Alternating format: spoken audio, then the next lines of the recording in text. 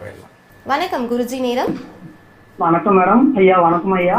வாழ்த்துக்கள். நல்லா இருப்பீங்க, ரொம்ப நல்லா இருப்பீங்க. சொல்லுங்க. எங்க இருந்து பேசுறீங்க ஐயா? Madam Salem madam. யாருக்காக பார்க்க போறீங்க? என் பொண்ணுக்கு மேடம். அவங்க பெயர் சொல்லுங்க. அக்டோபர் 14 14/10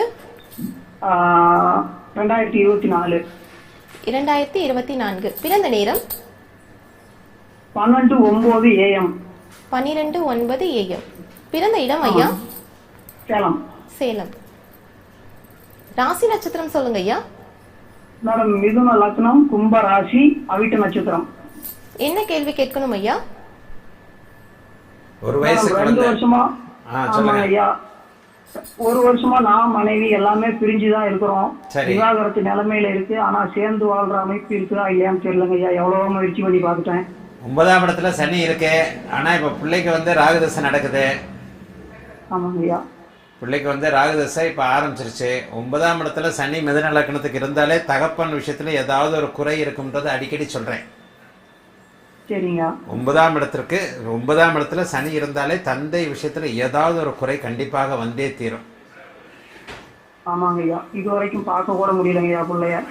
ஆமா, இது வரைக்கும் பிள்ளைய பார்க்க கூட முடியல. இன்னொன்னு, சூரியன் வந்து குருவின் பார்வையில் இருக்கிறார். அதனால நிரந்தரமா பிள்ளைய பிரிய முடியாது. உங்களுக்கு என்ன ராசி, இவங்களுக்கு என்ன ராசி, மனைவிக்கு என்ன ராசி? யாருக்காவது அஷ்டம சனி எதனா நடக்குதா? சிம்மராசி யாருன்னா இருக்கிறீங்களா? மீன ராசி, சிம்மராசி. எனக்கு துலாம் லக்னம், ரிஷப ராசி. சரி. மனைவிக்கு தனுசு லக்னம், மகர ராசி. மனைவிக்கு தனுசு லக்னம், மகர ராசி. அதனால நிரந்தர பிரிவு.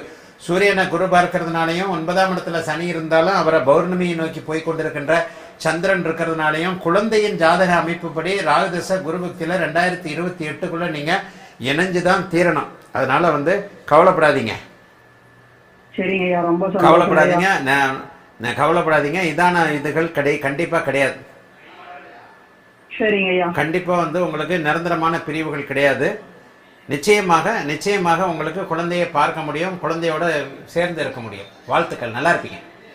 நன்றிங்க ஐயா. ரொம்ப நன்றிங்க ஐயா. வணக்கம். ஜெய் லைவ் போகுதா?